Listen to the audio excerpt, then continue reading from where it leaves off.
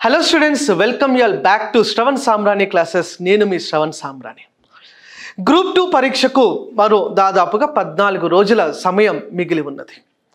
ఈ సమయంలో ఆస్పిరెంట్స్కి ఒక యాంగ్జైటీ, ఒక ఫియర్, ఒక రకమైన భయం అన్నది ఖచ్చితంగా ఏర్పడుతుంది. నిద్ర రాదు కొన్ని సందర్భాల్లో. ఇలాంటి ధోరణిలో, ఇలాంటి డైమెన్షన్లో మీరు ఉన్నారు అని అంటే, భయం వేస్తుంది, ఫియర్ అనే ఫ్యాక్టర్ మీలో డెవలప్ అయ్యిందని అంటే ఖచ్చితంగా మీరు ఒక రైట్ డైరెక్షన్లో ఉన్నట్టు అర్థం. ఇది ఒకటే ఆస్పిరెంట్స్ అందరూ కూడా గుర్తుపెట్టుకోండి. సో ఈ 14 డేస్లో what should actually be done, అసలు మనం ఏం చేయాలి అనేటటువంటి ఆస్పెక్ట్ పైన ఒక్కసారి మనం మాట్లాడదాము. ఫస్ట్ ఇంపార్టెంట్ పాయింట్ అమ్మా, మీరు గుర్తుపెట్టుకోవాల్సింది ఏంటంటే trust your revision. Trust your revision అంటే మీరు ఇప్పటి వరకు ఏదైతే రివిజన్ చేసున్నారో దానిపై నమ్మకం ఉంచండి. అంటే అగైన్ ఏపీపీఎస్సీ గ్రూప్ 2 మెయిన్స్ అనేది ఖచ్చితంగా నెగటివ్ మార్క్స్ ఉన్నటువంటి ఎగ్జామినేషన్ కాబట్టి దీనికి మీరు ట్రస్ట్ యువర్ రివిజన్ అంటే మీరు చదివిందే మళ్ళీ చదివేటటువంటి ఒక ప్రయత్నం చేయండి. At the same time do not read anything new. ఏది కూడా కొత్త అంశాలు చదివేటటువంటి ప్రయత్నం చేయకండి. Okay, practice the test. ఇంకొక పని మీరు ఏం చేయొచ్చు అంటే practice the test and revise the test అమ్మ.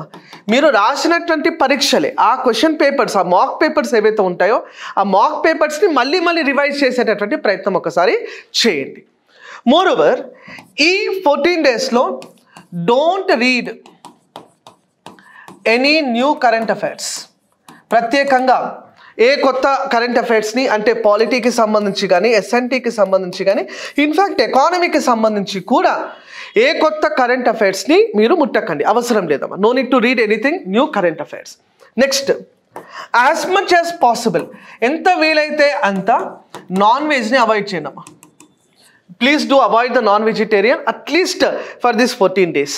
ఎందుకంటే అదొక రకమైన పీస్ఫుల్ మైండ్ సెట్ అనేది డెవలప్ అవుతుంది. ఓకే, ఫిష్ తినొచ్చు కానీ but not any other non vegetarian food. Okay, మీరు పాసిబుల్ అవుతే డైలీ ఒక 10 minutes మెడిటేషన్ చేయండి అమ్మా. డైలీ ఒక 10 minutes meditation. Daily 10 minutes meditation వల్ల మీకు ఏమవుతుందంటే మీరు చదివిందంతా కూడా కరెక్ట్గా గ్రాప్ చేయగలుగుతున్నారా లేదా, అంటే రెప్లికేట్ చేయగలుగుతున్నారా లేదా. ఎగ్జామినేషన్ ప్రెషర్లో మీరు ఉండేటటువంటి ఒక ప్రయత్నం చేయండి.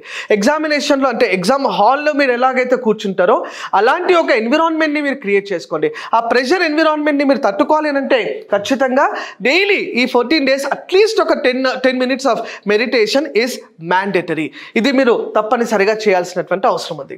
దీంతో పాటుగా మీరు ఏదైతే సిలబస్ ఉందమ్మా ఆ సిలబస్కి సంబంధించి డీకోడ్ చేసుకొని ఉంటారు. ఐ హోప్ మీరు పాలిటీ కావచ్చు, ఏపీ హిస్టరీ కావచ్చు, ఎకానమీ కావచ్చు, సైన్స్ అండ్ టెక్నాలజీ కావచ్చు, ఈ 4 ఏరియాసే.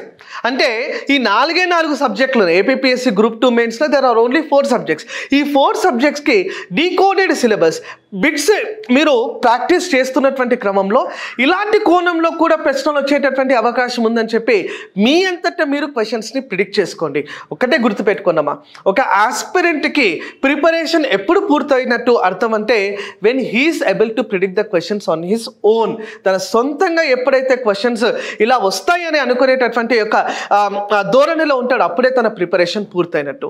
మోస్ట్ ఇంపార్టెంట్ థింగ్ ఇప్పుడు మీరు చేయాల్సింది ఇంకొకటి ఏమంటే ప్రాక్టీస్ ఓఎంఆర్ ఆల్సో. మొన్న తెలంగాణ గ్రూప్ 2 ఎగ్జామినేషన్ సమయంలో ఒక 20 మంది స్టూడెంట్స్ అయితే ఖచ్చితంగా నా దగ్గరకు వచ్చారు. ఎలా చెప్పారంటే, సార్ మాకు తెలిసినటువంటి క్వశ్చన్స్, మాకు తెలిసినటువంటి ఆన్సర్స్ ఏవైతే ఉన్నాయో వాటికి కూడా మేము ఓఎంఆర్ బబ్లింగ్ రాంగ్ చేయడం వల్ల మేము కొంచెం నెగటివ్ స్కోర్లో 360 కన్నా తక్కువ, 340 కన్నా తక్కువలో మేము ఉండిపోయాం సార్. చాలా బిట్స్ అంటే తెలిసిన బిట్స్, క్లాస్లో చదువుకున్న బిట్స్, ఎగ్జామ్లో రివైజ్ చేసినటువంటి బిట్సే మేము తప్పు చేయడం జరిగిందని చెప్పి చెప్తున్నారు. కాబట్టి ఆ తెలంగాణ గ్రూప్ 2 ఎగ్జామినేషన్కు సంబంధించినటువంటి ఎవిడెన్సెస్ ఏవైతే ఉన్నాయో ఆ ఎవిడెన్సెస్ నుండి మీరు ఖచ్చితంగా దీన్ని ఇన్స్పిరేషన్గా తీసుకోవాలి. ఓకే, ప్రత్యేకంగా అంటే ఇవి జనరల్ టిప్స్ అయితే నేను ఈరోజు మీతో షేర్ చేసుకున్నానమ్మా. ఇవి మాత్రమే కాకుండా అట్లీస్ట్ ఇప్పుడు ఈ 14 డేస్లో మీరు 3 డేస్గా మీరు సబ్జెక్ట్స్ని డివైడ్ చేసుకోండి. అంటే 3 days for AP history, 3 days for polity, 3 days for economy and 3 days for science and technology. ఇలా మీరు డివైడ్ చేసుకోండి. అండ్ ఇంకొకటి ఏంటంటే చాలామంది ఇప్పుడు ఏం చేస్తారంటే కొంతమంది ఆస్పిరెంట్స్ ఒక రకమైన ఓవర్ కాన్ఫిడెన్స్లో ఉంటారు. అంటే పర్టికులర్లీ సబ్జెక్ట్ రిలేటివ్గా నాకు పాలిటీ అయితే వచ్చు, పాలిటీ చదవాల్సిన అవసరమే లేదు అంటారు. అలాంటి పద్ధతిలోకి వెళ్ళకండి. పాలిటీ మీకు వచ్చినా కూడా you do dedicate this particular time. ఆ 3 రోజుల్లో ఫర్ ఎగ్జాంపుల్ ఒక 10 గంటల టైం మీరు పర్ డే కేటాయిస్తున్నారంటే 6 గంటలు పాలిటీ చదవండి, 4 గంటలు మీ వీక్ ఏరియాకి కేటాయించండి. ఓకే, అలాంటి ఒక డీటెయిల్డ్ స్కెడ్యూల్ అనేది మీరు ప్లాన్ చేసుకోండి. ఓకే, ఎగ్జామినేషన్ అప్రోచ్ అయ్యే టైంలో మీ వీక్ సబ్జెక్ట్కి కేటాయించండి. అంటే ఎగ్జామినేషన్ 23వ తేదీ కాబట్టి లాస్ట్ 3 రోజుల షెడ్యూల్ ఏదైతే ఉంటుందో అది మీ వీక్ సబ్జెక్ట్కి ఇవ్వాలి. వీక్ సబ్జెక్ట్ని ఇప్పుడు ఫోకస్ చేయకండి. Week subject should be focus 3 days before the examination, so that అది మీకు తొందరగా గుర్తుండేటటువంటి అవకాశం ఉంటుంది. ప్రత్యేకంగా ఎకానమీకి ఎలాంటి స్ట్రాటజీ ఫాలో అవ్వాలి, 14 days స్ట్రాటజీ, అది కూడా నేను మీకు అతి త్వరలో నెక్స్ట్ వీడియోలో మీ ముందుకు తీసుకొని రాబోతా ఉన్నాను. ఇలాంటి మరిన్ని వీడియోస్ కోసం తప్పకుండా చూస్తున్నానండి శ్రవణ్ సామ్రాణి క్లాసెస్. మరిన్ని అప్డేట్స్ కోసం, రెగ్యులర్ అప్డేట్స్ కోసం మా టెలిగ్రామ్ ఛానల్లో కూడా జాయిన్ అవ్వండి. ఎకానమీ, ఎస్ఎన్టీ ఇలాంటి వీడియో లెక్చర్స్ కోసం మీరు, రివిజన్ వీడియో లెక్చర్స్ కోసం మీరు ఎస్ఎస్ క్లాసెస్ యాప్ని కూడా ప్లేస్టోర్ నుండి డౌన్లోడ్ చేసుకోవచ్చు. 14 days రివిజన్ ప్రోగ్రామ్ని కూడా మీరు ఎస్ఎస్ క్లాసెస్ ద్వారా పొందవచ్చు. థ్యాంక్ యూ అండ్ జై హింద్.